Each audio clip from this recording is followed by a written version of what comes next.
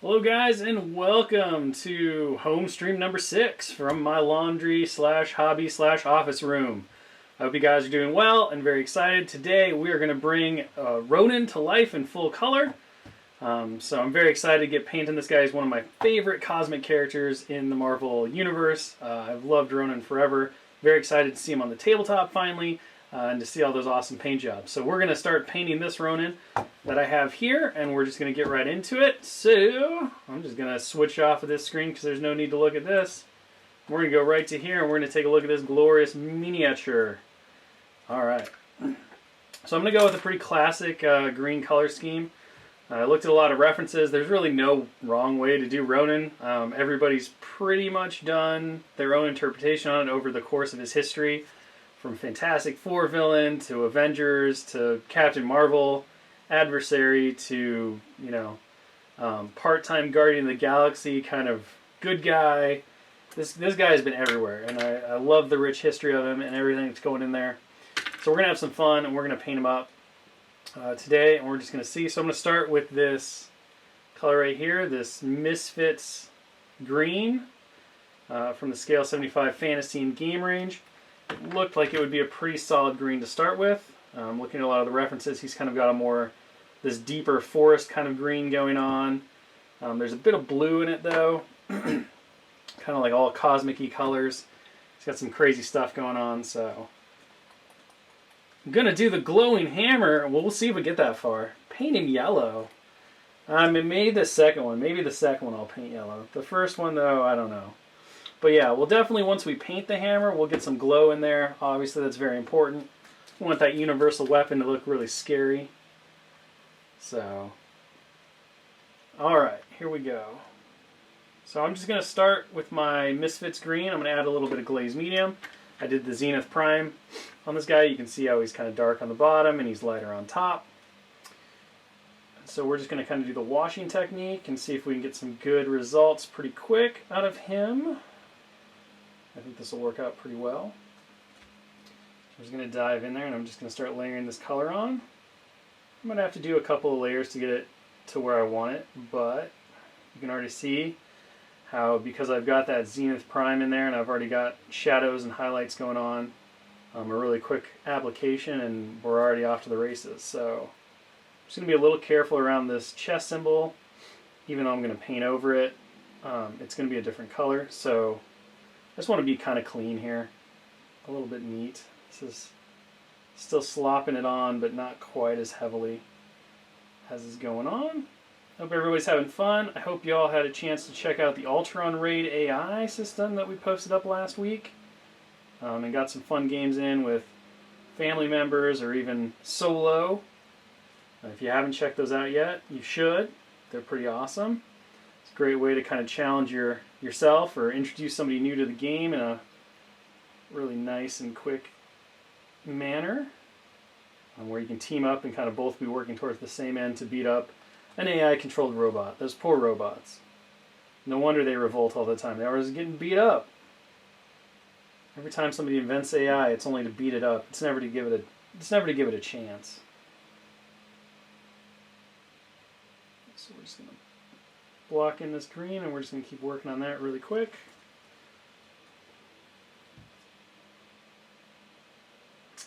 Slop the paint on.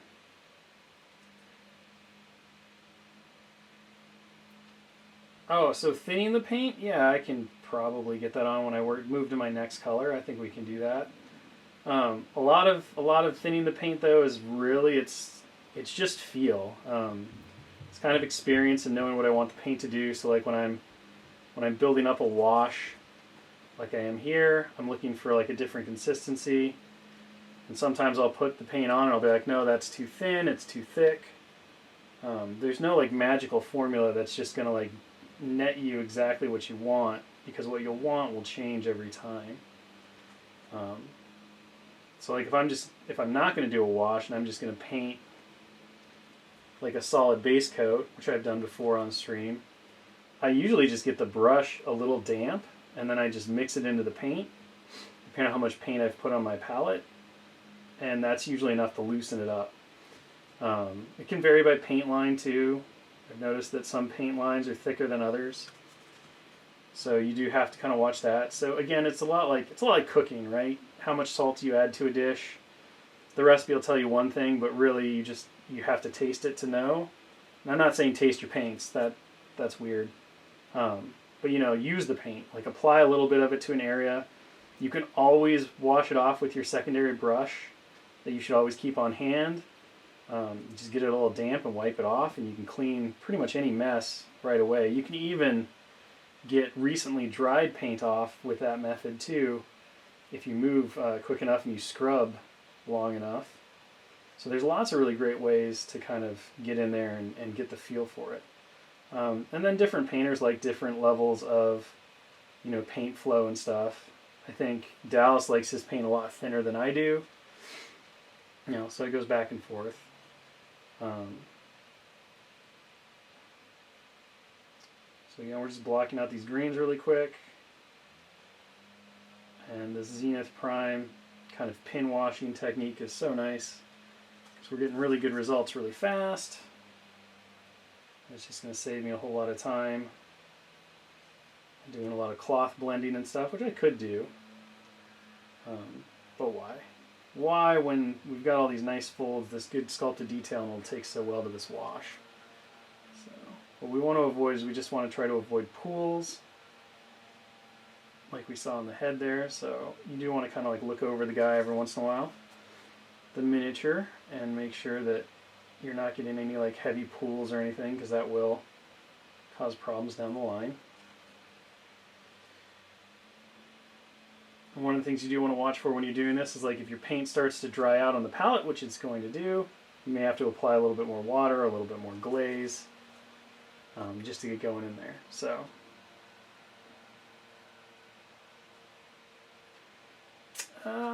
let's see, we want his boots. I think we want his boots to be green. Yeah. Just make the boots match. It's got so many fun like textures and things going on from the banding on his pants, and I saw some art where it was like drawn his armor, like colored like shiny, like metallic armor, just done like cloth. I mean, so many ways to like experiment with this guy, kind of make him your own. Sure, if you were Dallas, you could take and like make him into another roller rink nightmare. Go along with your ebony maws. Speaking of which, if you haven't been checking out the social medias of the Facebook, you definitely should. Josh posted, I think, some of the last spoilers for Ebony Maw and Black Dwarf on Facebook and Instagram or Twitter, somewhere on there. Check them all out. Be subscribed to all of them. He puts things on there all the time. But we got Mothership out there. I saw that one on Facebook right before I hopped on. The Black Order's Terrifying Teleport card. It's a little pricey to pull off in cost, but man, does it make a huge difference on the tabletop. Get your heavy hitter wherever you need them to be. I've seen a lot of people being like, well, that's the Black Dwarf delivery vehicle. Like, yeah, it is. It also can be a Thanos delivery vehicle, so, you know, it's got uses. It's got uses. Alright. So, I'm just going to hit this side of the body really quick because I think that's a little light. And here just a little bit more because I want it to be a little darker in the green area.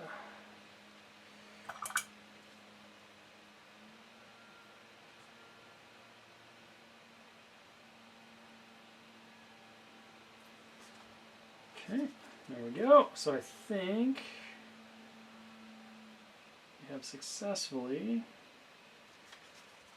gotten this guy's green cloth down. So, oh, nope, we missed the side. See, this is why you always got to check. Get in here. Block that out really quick. So dark, I probably could have just left it. No one would have ever known because it's so in shadow, but under that arm. Alright, so There's our first layer of green, so we'll just kind of let that dry before we even go back to it. Move on to the next thing, which I think, what do we want to do here?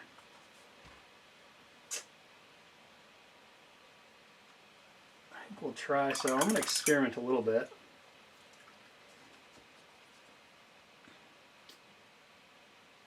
Is on Twitter, there you go. So, Ebony Ma's specific card is on Twitter. Thank you, chat. I think what we're going to do is I want to hit those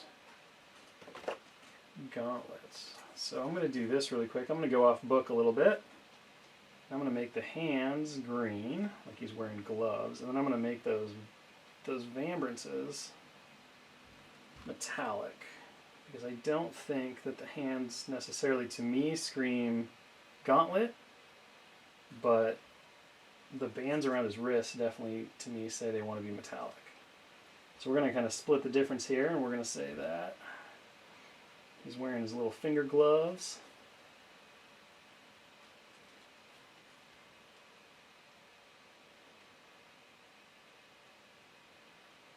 Mothership is a better teleport than the Space Gem, except for the fact that you can only use the card once. It takes a tactic card slot. It costs way more power, and it requires power off of 2 characters. And, you know, it's also, there's just a lot less flexibility in it, in terms of, like, it's less tactical. It's more of like those one big kaboom kind of things. Whereas that Space Gem is available to you at all times, and has a consistency to it. It's also giving your character more power. So all of that stuff can really make a huge difference.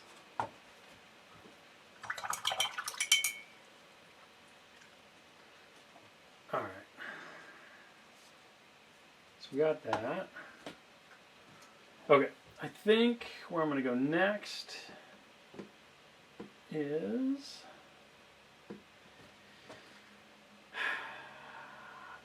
decisions. So I think I'm going to do this banding and stuff as a metallic. So I'm going to get this to be metallic. I'm going to do this as metallic. I'm going to do this as cloth, because it's got some micro folds and stuff in it. So even though you could probably get away with it being metallic, I'm going to stick with that being cloth. So let's do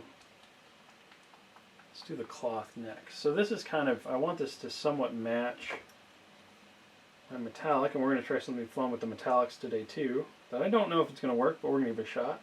So I'm going to switch out to Toxic Waste Green. I'm going to see if we can get, okay, so there's my super messy palette. So I'll use this one. So there's my paint. And then I'm going to use some of this glazed medium. And I'm going to do about half, so 1-to-1 effectively, because I want this to be a wash. And then I'm just going to grab some water on my brush and I'm going to mix it out, and I'm going to see what that looks like. So that's kind of what I'm looking for when I want to wash. Like you see when I pull it up, how I'm getting this translucency on the sides, and it's covering, but it's not completely obscuring everything that's underneath. So that's, there you go. That's kind of like a real quick example of me thinning out paints to use for a wash. And we're just going to see what this looks like over lower pants. This is a really light color, so it might take, you know, a couple of applications to really like get it to where I want it. Could work perfectly the right time. I don't really know. But obviously, like, super light colors like this are going to have trouble coating dark, right? Like going over black, if I was trying to build a base coat, would typically take a lot of passes. Even if the paint wasn't thinned out super, what's the word I'm looking for? A super lot. There we go. That sounds right.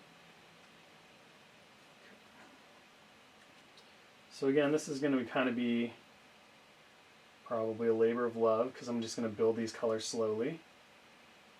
Slopping more on isn't necessarily going to get me anywhere.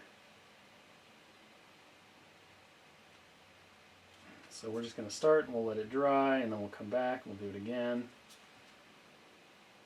Just keep doing that. Alright, so there we go. So there's the lighter green pants, like first coat. We're definitely not quite done yet.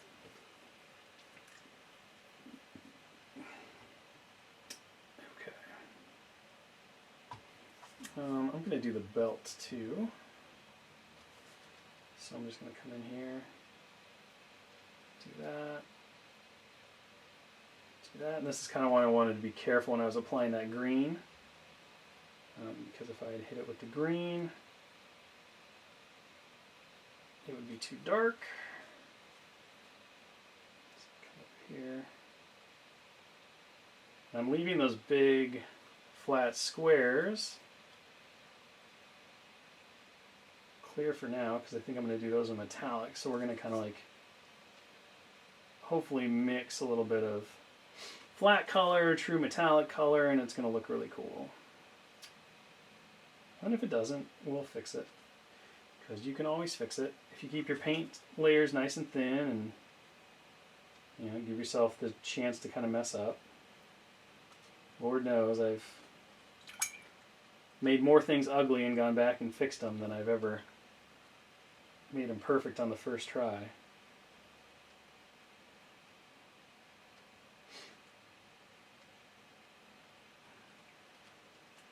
Alright, so we got the belt done. Now I think it is time to move into our metallics while that dries.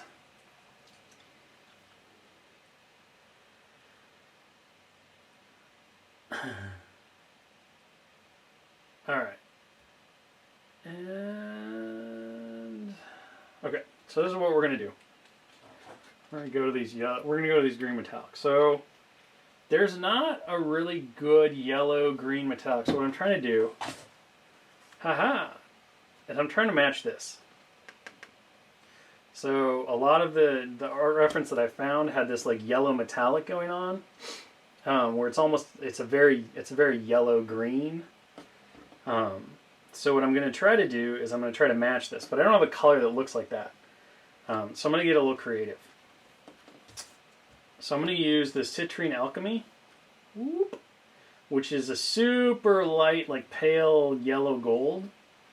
I'm going to use this as my base coat, and then I'm going to grab a green ink, and I'm not sure which green ink I'm going to use. I think I might start with this Inktense Lime, although that might be too vibrant, and I'm going to glaze it. This is similar to what Dallas did last Thursday. I'm going to use some glazes over this yellow to try to make that more yellow-green. And so my glazing can be pretty minimal because this color is very yellow already. So we're gonna play with it that way. We're going to see what happens. And also, one of the cool things to talk about with Ronan is his judgment ability.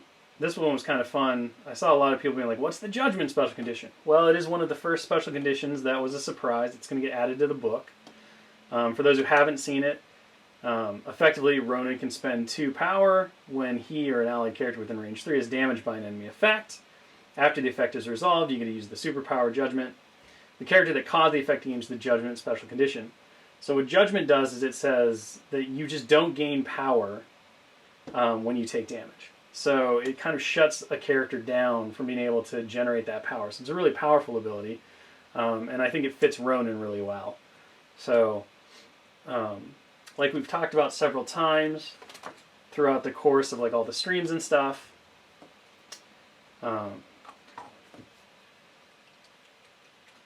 we have the rulebook online for a very specific reason, and that reason is so that we can do updates like that. We can add things to the rules, and we don't necessarily have to worry about, having everything out there at once. We can add things as they make sense.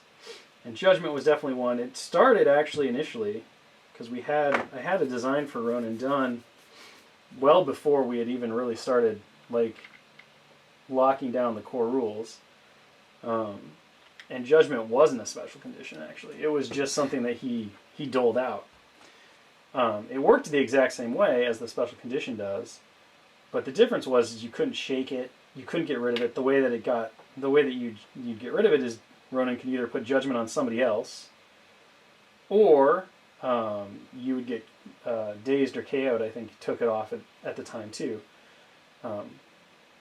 But effectively, what happened is through playtest and talking and stuff, we decided, rightly so, it was like, well, what if we turned it into a special condition? The trade-off being, a character can shake it to get rid of it, which is kind of important counterplay. And then, of course, the other big trade-off for Ronan was that he could do it multiple times. So now all of a sudden he can judgment, 2, 3 people, and if they're not shaking the condition, well, I guess they just really like having judgment on them. So it was good, and then it added it to the book, so we got to take off a bunch of rules from his card because we didn't have to explain what judgment was because we knew those would go in the core rules. So kind of an interesting story of like how certain things can go into development and change organically over time through testing in ways that don't really make them different per se, but have different impacts on how the game is played and how they're done. So, judgment.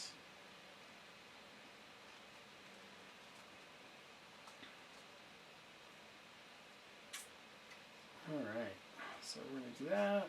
I want to hit these things right here. This is another color that's so light. Thankfully, the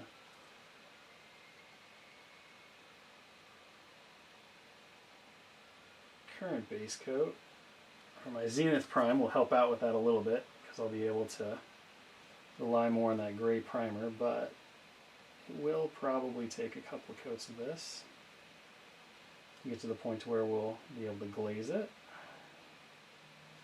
So we'll just play race against the clock here. Oop. We'll build it out. So one of the things that I find helpful when using really light colors like this is rather than try to paint on the color, which can often leave a lot of like brush streaks, I like to tap it on. So just get the paint on your brush and then do really light taps, and the color will actually run just like it will if you brush it on, but you'll avoid some of those streaks.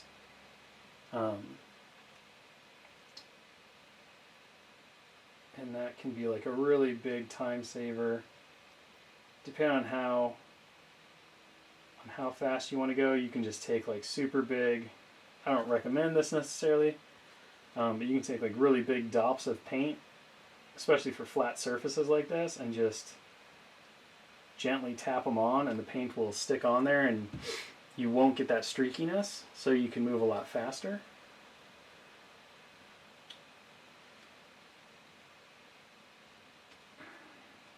So, again, we're just going to keep going. I'm taking a little bit of a risk here in doing the banding on the suit first before I maybe am done with the suit, but a little bit of patience and control and that won't be a problem. So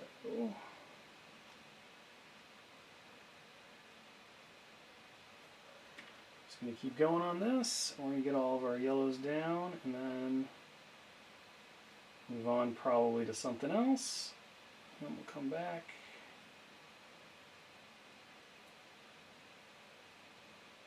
We'll hit them with the glaze, and that will hopefully tone them down to be more of a green than a yellow. And it shouldn't take too much. I think like one passive thin green glaze and we're going to have the color that we want. A little bit of a mistake, so I'll just grab my clean brush and wipe it off. There we go. Dallas doesn't have the cards. He doesn't get the cards. I get the cards. I have the cards. Actually, assuming we're talking about CP10 or really anything, I've seen a lot of things lately, man. I've been getting like loaded. I just got Taskmaster and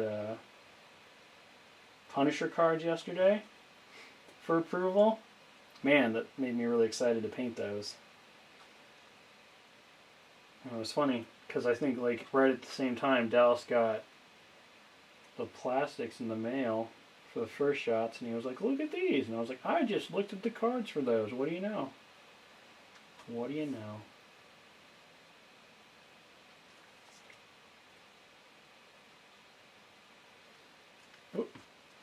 So you could have seen, but I guess I pulled it away too soon, that I just used my little brush to fix a mistake. I got a little bit of the metallic on.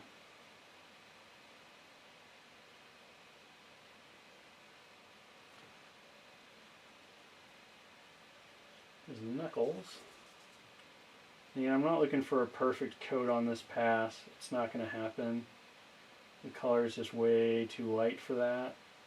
So I'm mostly just trying to minimize any like significant patchiness and be very as careful as possible as I, place the colors on.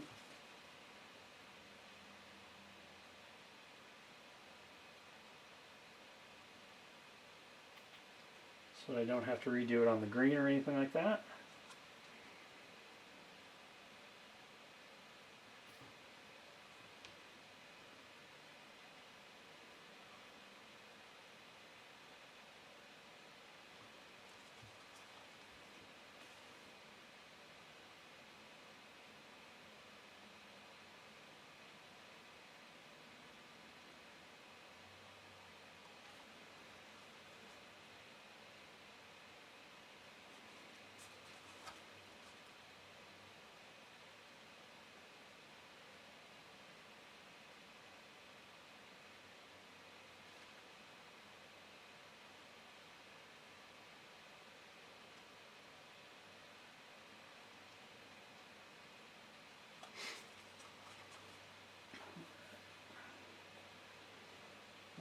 Good here.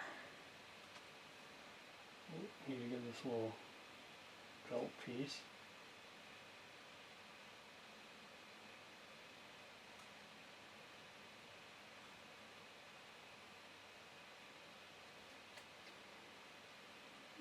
Erase that mistake. Done.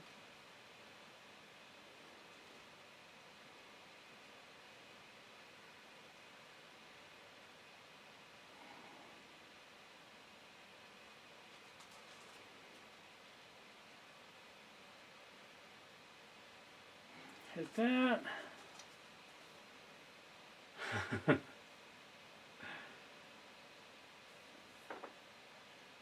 Alright, I'm going to come back over here. This might be a moment where it'd be smart for me to switch brushes.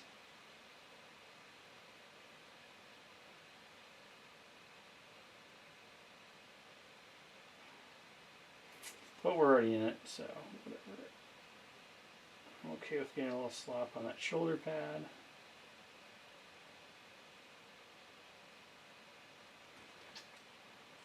Because I'm going to be painting it different anyway.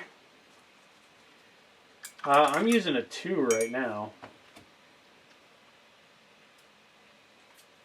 I am using a 2 right now, so.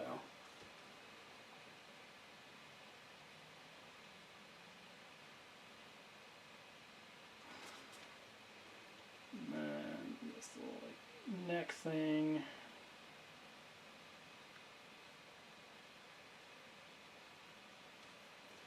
It's also that color, so we'll just get it in now.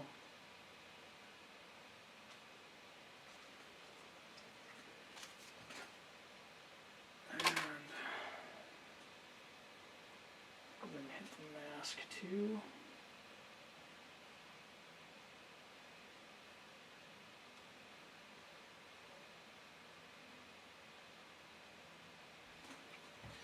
Alright, so as exciting as that was,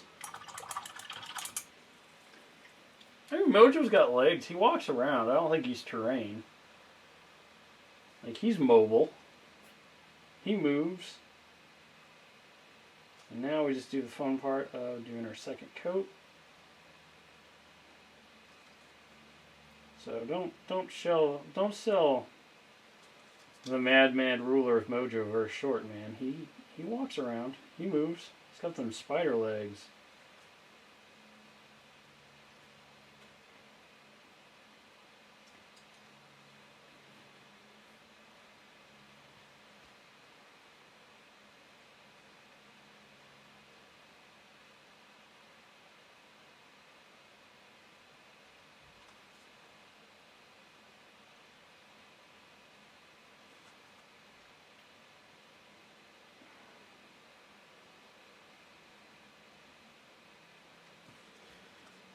That. I'm going to reload my citrine alchemy here in a second.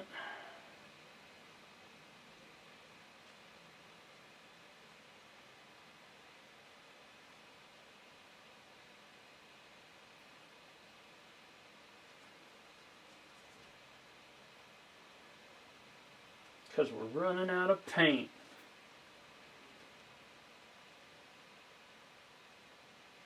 Let's go, we got more. A whole bottle of it.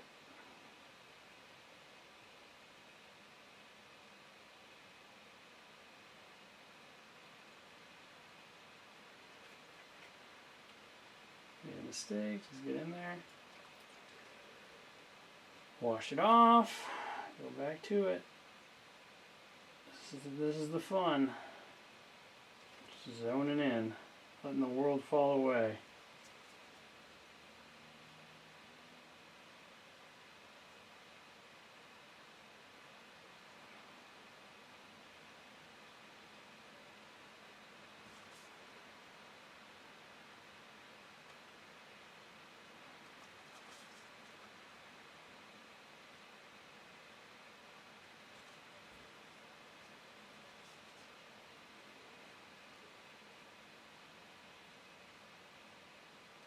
Oops, big mistake. Erased. Boom. We need more paint. There we go. Another really useful tip to think about is to always remember to clean your brush periodically, even if you're still using the same color. Because that paint will dry in your brush.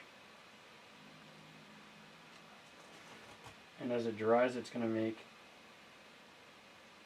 your paint come off more streaky. You're not going to get as good flow, like a lot of bad stuff. So, usually whenever you find a natural break point, when you move to a new section of the miniature, or if you need to reload your brush again, I find it's always best to just wait to put your finger in that wet paint. Well, you did amazing. It's always best to just grab a quick rinse off for the brush and then go back to the paint. Right. Feeling pretty good about this. I think we're doing all right.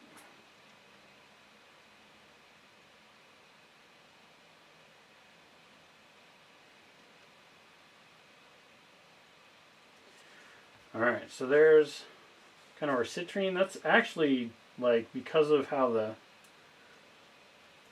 green around it kind of casts that greenish reflection, I can almost call this good. I almost don't even know if I need to go with a green glaze, but we're going to. We're going to go all the way. Because that's what we came here for, right? Came here for green glazes. You didn't know that, but that was why. That was why today existed in the calendar. It was Green Glaze Day. It's beautiful. So I'm just going back, making sure I have a really nice solid base. Hitting any area that looks like it's still not quite solid. And I want it to be really solid. Oh my gosh. We made such a mess right here. Can we clean it up? Maybe not. We might have to just fix that. That's okay. The soft vibes, well, there's plenty of those too. Alright, that is just an oopsie that I missed. It happens. We'll fix it. We'll fix it.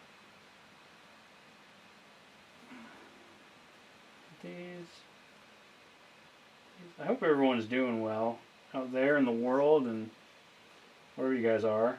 You know, staying sane. Definitely in it for a long haul, but we're looking forward to, you know, getting back into the game stores at some point when it's safe, or even each other's houses and just hanging out, having some fun, and really enjoying our time to game. All right, I'm gonna call that good. I'm gonna give that a minute to dry. I'm gonna move on to this Emerald Alchemy, which is much greener. So I'm gonna use this for his shoulder pads.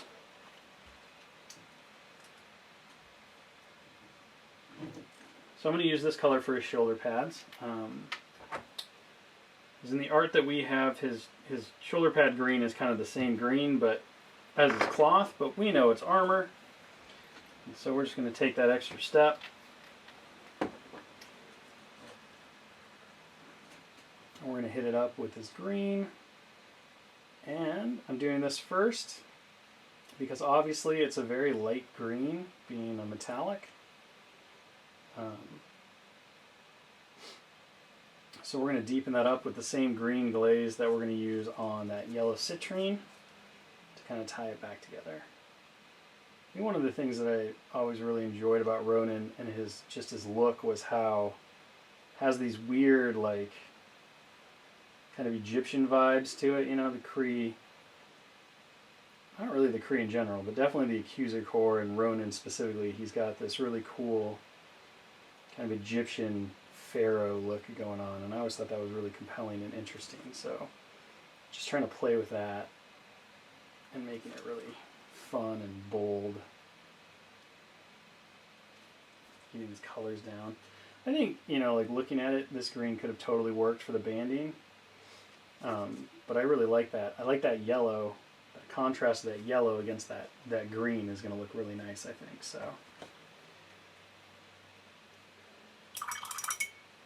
do the hammer glow. Well, I got to paint the hammer first, but we can move on to that here in a second once we get the glaze done. I got time. I got 20 minutes. It's possible.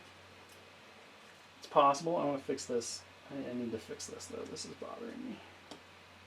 Whoop. Probably bothering you that I'm not on camera.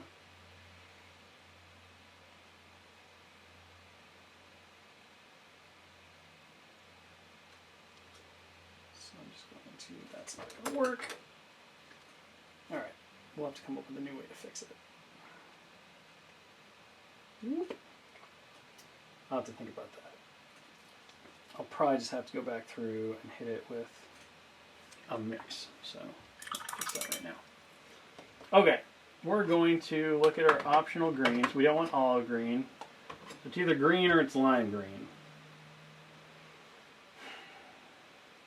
We're going to use lime green.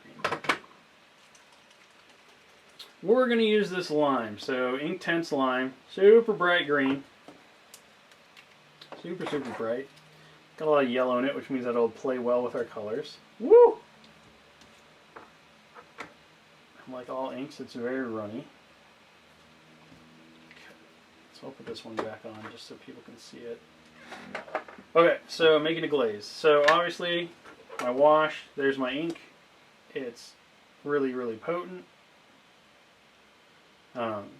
We want to thin that down. So I'm going to take a little bit of water. I'm going to thin it with some water.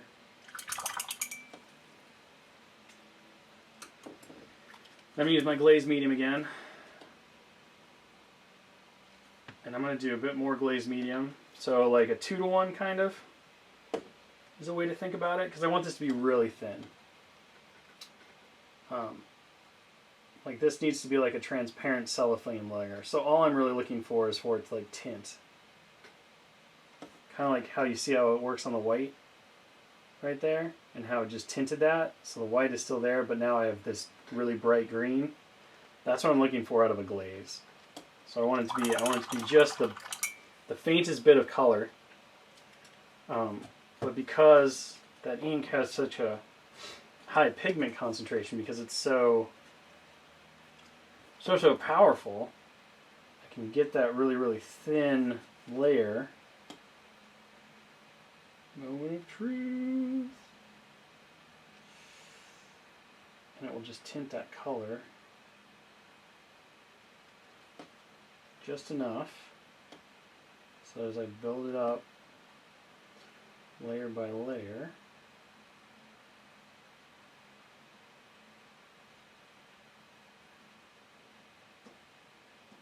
we'll move that yellow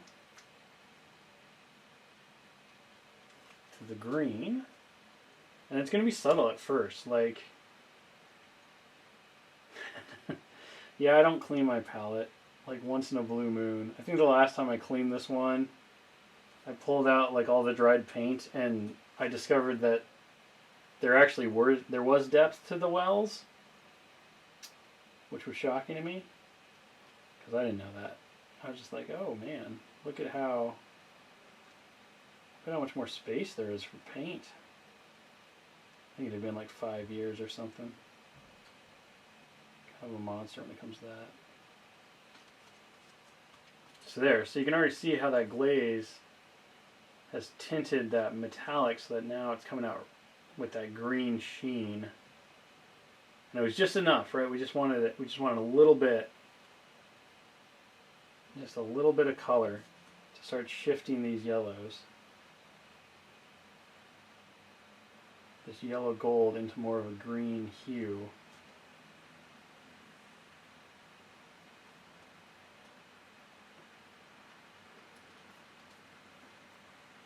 And again, it's just really thin coats. And we'll probably come back to this and we'll add another thin coat after we do something else because these do take a while to dry. So your options are hair dryer. Grab yourself a hair dryer and just blast it with the hair dryer if you want to like speed through this. Especially good if you're expecting to do 15-20 layers of glaze, which is definitely a thing that can be done. A way to get really vibrant reds, oranges, or even yellows is to use glazes and to just build the glaze up over successive layers. Lots and lots of very thin layers. Like I said, I don't really see this going into that level of craziness, but it could have happened. You never know.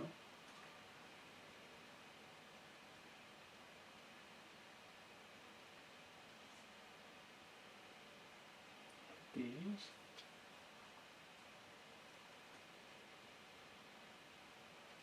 Oop.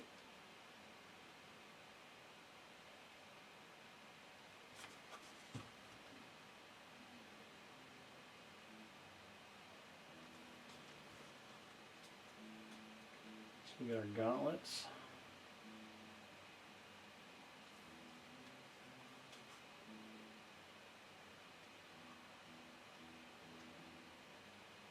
Glazed up.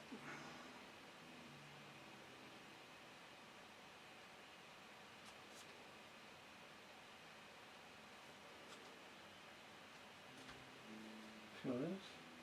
Dallas feels attacked. Is it because of how dirty my palette is?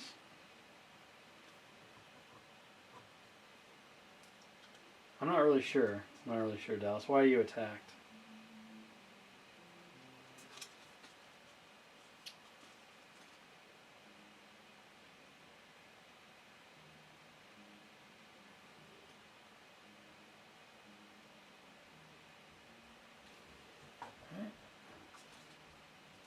And looking at this color, I'm not going to actually use it to glaze the dark green armor.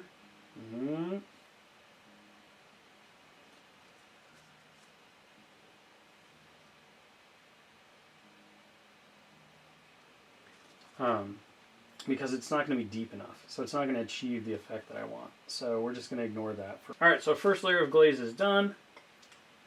You can already see how that citrine alchemy is now got this nice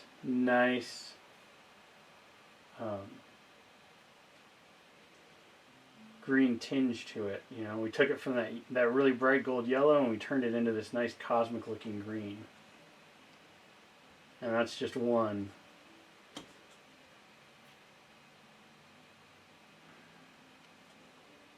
So I'm just going to do this really quick and go back and do my second layer on that toxic green. So you can see that this has dried out. So we're just going to build layers there, and sometimes it's just the life of a painter is you're just going to sit there and you're going to build layers. And that's okay. You can always add more paint, just like you can always cut more away or add more salt, but you can never take that stuff out. So you do want to be really careful with it.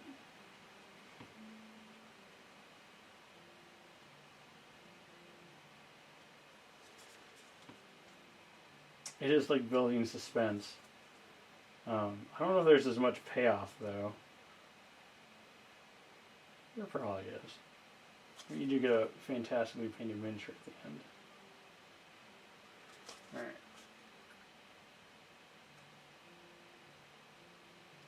There. So groovy. We have little leg colors going. Seems great. They're getting there. We have our glaze going. So Ronan's come along really nice so far. So, I mean, who knows? I have some things that we could show to make Josh really mad. He told me he wasn't coming today, though. He had something else to do. He had something else in the docket. So, you know, his loss, right? Okay. Where are we going next? We want to do hammer glow. That's fine. I'm gonna grab black metal because we gotta lay down the colors on our hammer first. So I'm gonna use this scale 75 black metal, which I already opened because of course it's an awesome color and I use it all the time. We'll knock out this hammer and we'll see if we can get to glow in the next 10-ish minutes. Yeep!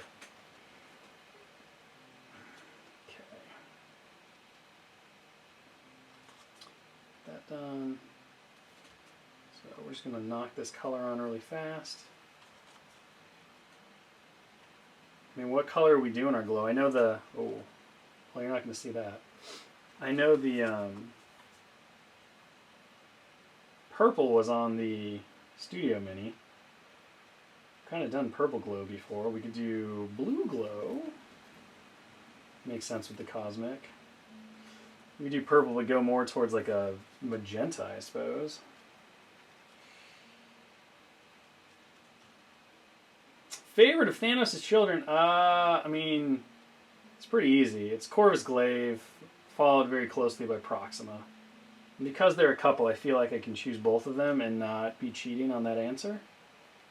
But Corvus Glaive has been one of my favorite Marvel characters since his introduction in Infinity. I just really liked the Black Order. I thought they were really cool. I love the fact that he like takes on all of the X-Men. He's just like, you, go deal with these people. And it's like, got it, no problem. But I really like Proxima too. I think the whole Black Order is fun, but definitely my favorites.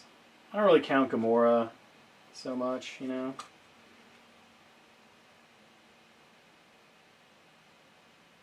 Hit this underside here. This go on. I suppose I could have just saved some time and focused on the hammer, but we didn't. We're going to get this color laid out completely because we have it on the palette and I don't want to waste it.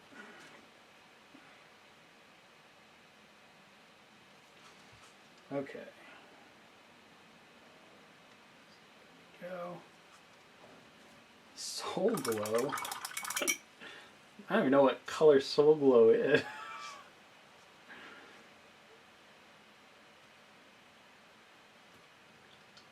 Alright, let's see. We could try red. How would I do red? How would I do red glow?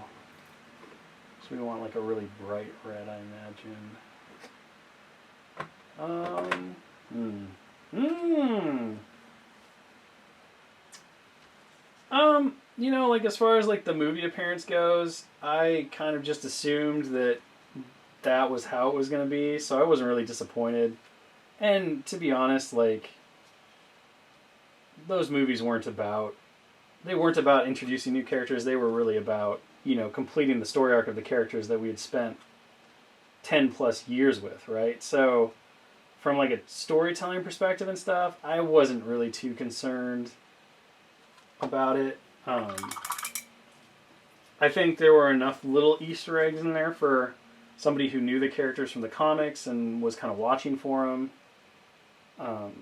But like for me, that ride was definitely more about not introducing new characters, but kind of wrapping up the characters that we had. And so it wasn't too surprising. I mean, it would have been cool to, you know, see an 8-hour like epic that really established them as the characters that they are in the comic universe. Sure. But I think I was just asking too much. So I was happy. I was very happy with it overall. All right. Okay, so we're going to do glow, and we're talking about red glow, orange glow, blue glow. We got all the glows. I'm going to go with, we'll go with an orangey reddish glow. So, okay. So yellow. I'm going to find a yellow. Madruk yellow seems like a winner. All right, so here we go. They did, I mean, you know, credit to the movies. They do have that really cool scene where Black Panther and Black Dwarf like square off during the Wakanda fight, which, you know, nods to the comic and the confrontation those two had. So I thought that was pretty cool. But yeah, they don't really prove themselves like many villains in many movies. They don't quite get a chance to show all of their capabilities, again, because of screen time and everything else. So we're kind of just like, oh, they're scary because they're scary. But again, that's a pretty common, when you have to tell a story in 2.5 hours, or 3 nowadays it seems, you're gonna have to like pick and choose. Okay, so we're just using this Madruk yellow, and I'm just kind of like layering it in to the cracks where we want the glow to be. We wanted like a red-orange glow, so we're going with that. So I'm going to start with yellow, and then I'm going to use some inks and stuff, and I'm just going to build up. I'm going to build up that glow. And now normally, if I wasn't pressed for a ton of time, I would have highlighted the hammerhead a bit more, but I'm being held to a strict schedule today, so we're just going to try to like knock this out really quick and give you an example of what's going on. So the reason I'm doing the yellow is that obviously as the brightest color, it can be hard to layer yellow on. And we're going to use that glaze technique. I'm going to be a little sloppy here because we want a little bit of like overglow and stuff. We're going to use that glaze technique. So we're going to tint this yellow down into our red-orange glow that we want. I'm kind of using my thumb there a little bit just to wipe paint off if I get a little bit too much going on, but we can be a little sloppy with this point. And we can always go back and fix it too if we want. So that's kind of like where we're starting with that color. It looks very green on screen, but trust me, it's yellow. It's very much a yellow. Maybe we'll grab a different yellow and see. Although they're all yellow. So try the soul yellow and see if we can. Ooh, it's not quite as vibrant, but let's just play with it a little bit. Okay.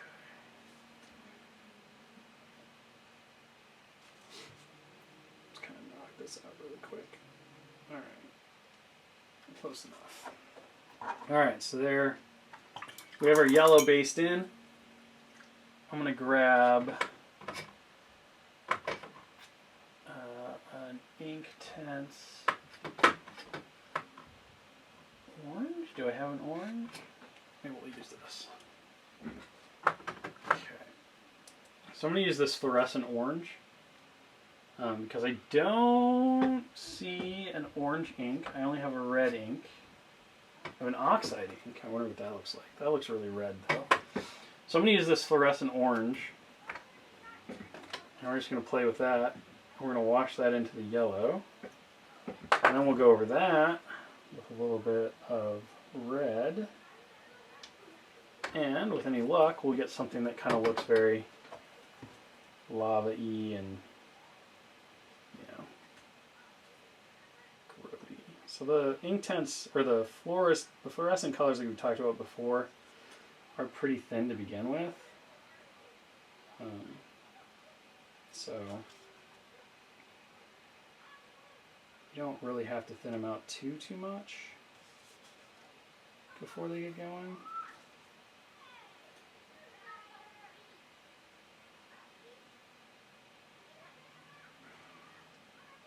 So we're just kind of like hitting it up, getting it going.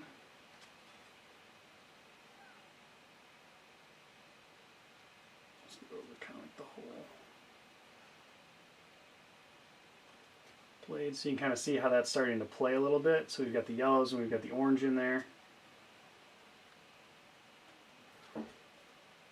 Oh yeah, those fluorescents are punchy. They're super punchy. So do not underestimate the fluorescents here. They've got some work to put in. All right, so we've got the orange going on.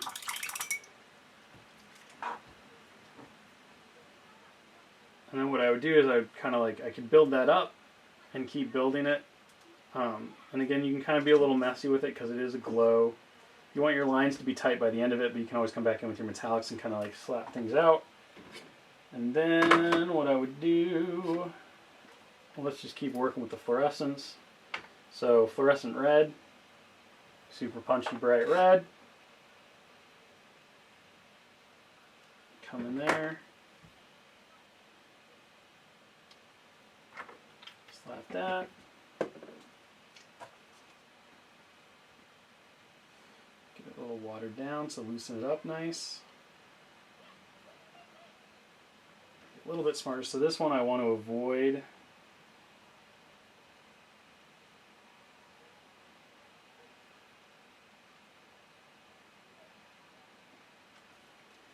too much in there. And at this point I'd probably just start, because my colors aren't drying super much, I can just start wet blending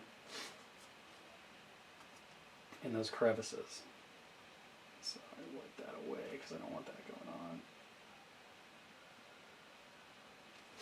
But that would kind of be like the quick approach to how I would do it. I could go back to my yellow and like dot in more yellow.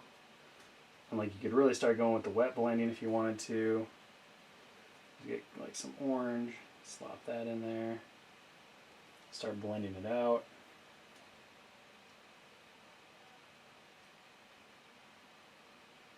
But what you really want to do at this point is let that color dry. And then go back in and you can do a little bit of white if you wanted to get that super glow, like right here in the center, and just cross out the white. I don't think it's going to be dry enough to really do it, but we can try before my time ends in 1 minute. It's so fast! So just add that like pinprick of light. If that's where I want my glow to be centered on.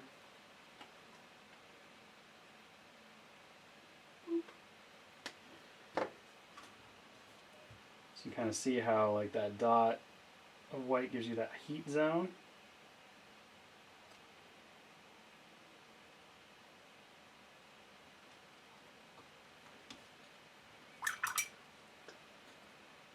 I might go back in with a little bit of like orange here. Touch that up. Come back in with a little bit of yellow.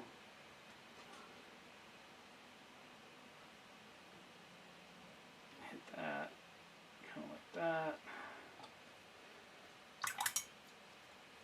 And grab that red, that orange. Just come in and play to the sides a little bit.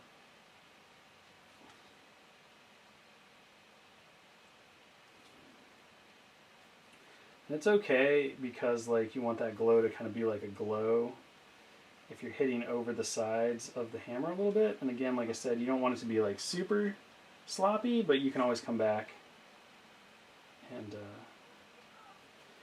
like really clean that up as you go.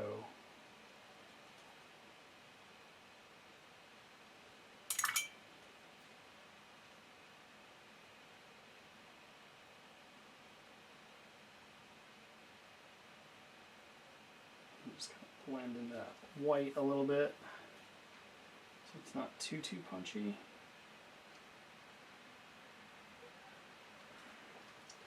And there you go.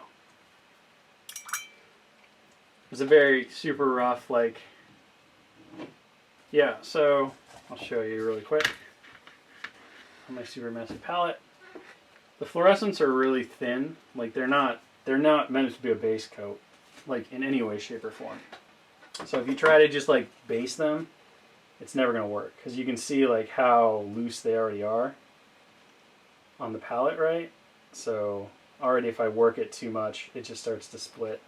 So what I did is I just took my brush, dipped it in water, and then added a little bit of water to it and kind of went to that. So it made it a little more consistent. But if you see right there, like that's what I was looking for. So wet blending was not what I set out to do, but once you start working with two wet paints, it's like pretty easy to do. So for example, I could grab my yellow color, which I put away. It's like if I wanted to wet blend, I can just grab this yellow, and then what I do is I just start blending the two paints. And typically you'd use two different brushes, but that's all wet blending is it's just mixing the two paints together. And so you can come in with your light, you can come in with your dark, and you can see how you get this nice like gradation of color, mid-tone, and then the more red you have. I would add some more red to that at the end, but the more red you have, the more you get to that natural color. That's literally all wet blending is. It's just mashing two colors on a miniature. It's a really fun technique, and it can get you really great results. Like for example, on one of the streams, I did a Loki. So all of these purples are wet blended. So it's just two purple colors, this super high like purple and then this darker violet purple, and I just mixed them together on the miniature itself. So I started by slapping on a lot of really wet, loose, dark color. And then I would build in with the highlight color, and you get these really nice, like super smooth blends because you're just blending the two, you're blending your midtones between your highlight and your shadow. And so, and the cool thing about it is like with wet blending, it's really hard to mess up because you just keep working it, and you keep working it, and you keep working it, and you keep working it until you're happy. And then you'll work it too much, and it'll get messed up, and you'll be like, no, and then you'll have to go back, and you'll work it again. I did the same thing on the pants, so the pants are wet blended as well. So again, it was just a dark blue and then like a really light blue, and I just worked them together, knowing where those highlights are and stuff. So you just build those up, and that's how you go. And this is Purple Cloaked Loki, which everybody like asked for, and I've almost finished. I need to finish the base, and I want to do a little bit more to that gem, but there he is in all of his like fabulous glory. Fabuloki, that's what I call him. But yeah, so that's wet blending. Wet blending is really fun. It just takes a little time, but like you get lost in it and you just keep going. All right, I'm 4 minutes over. I'm gonna get yelled at by my master Josh, so I need to wrap this up. So here's what we got on our Ronan. We did pretty well. We got a little bit of like fire glow going on the hammer. really much on the front. I didn't really get to the sides of it, but you can see like where we're going. For like a lava hammer effect, we did the yellow citrine gold. We washed it with one glaze of the lime green intensity. I'm probably going to go back and do at least 1, 2, 3 more till I'm happy. We got the pants mostly going. There's a little bit of like stuff that wants to go there. We haven't gotten to the face yet. And the green was one simple wash of